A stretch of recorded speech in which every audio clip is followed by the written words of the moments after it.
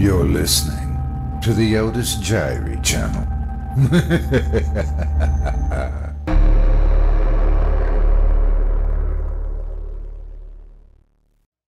Low-Hanging Clouds by T.E. GRAU, narrated by Otis Jiry. Rain was coming, but it never rained here, not anymore. Not since the Lakers snagged 4 crowns in a row back in the teens. But this morning, it definitely felt like rain was on its way. Odd. From what Nick could remember of the wetter days, this had all the makings of a real downpour. Dawn exposed a charcoal sky stretching from hilltop to horizon, poised to unleash a holy baptismal on this parched city, teetering at the edge of the undrinkable sea. Untamed water was a childhood dream. Swimming pools, raging waters, even the oscillating fountains at the Grove. Everything was green, flecked by streaks and blobs of bright blue. But now the landscape was a pantomime of how it once was, a mockery. Lawns were an exercise in green paint. Flowers, a forgotten song. These were the dry times, with plumbing kept to a rationed trickle, fed by faraway river water, hijacked 3 states upstream. Nick knew this. It was drilled into his bones, passed down by the elders, who wept when they spoke of the rain, stepping in for God by leaving drops of wet, salty guilt on the pavement. Every generation ate away at the future of their progeny, and this was the way of man. But today, people were placing pots and buckets and anything else capable of collecting volume on their porches and stoops. Today it was bound to rain. It had to. The land couldn't wait any longer.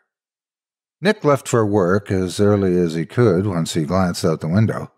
Traffic, with the added shock of an historic rain, would be murder today. The house that he shared with his wife was situated up on the western hills overlooking the city, and the clouds seemed to bear down on this high vantage point like a moist, fuzzy blanket.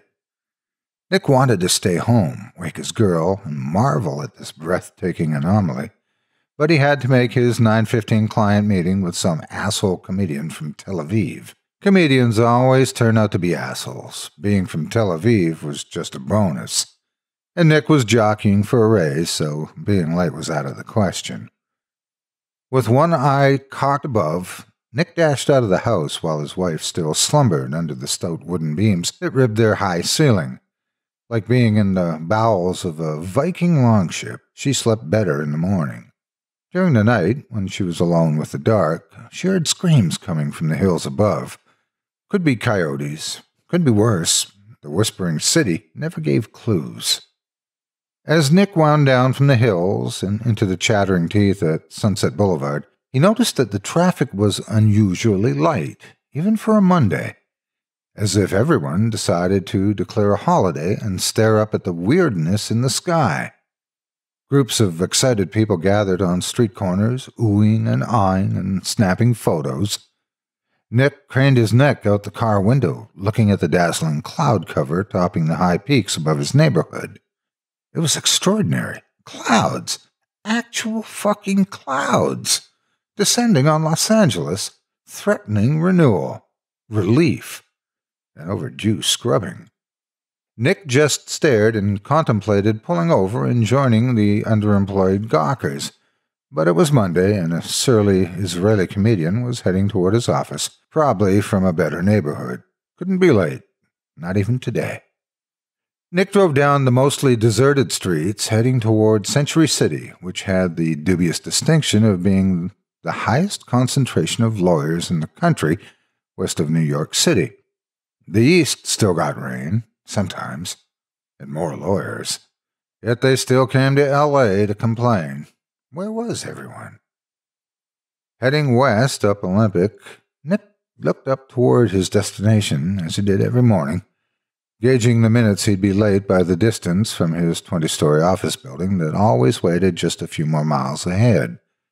But today his building was cut off at its midsection, obscured from view by a swath of low-hanging clouds.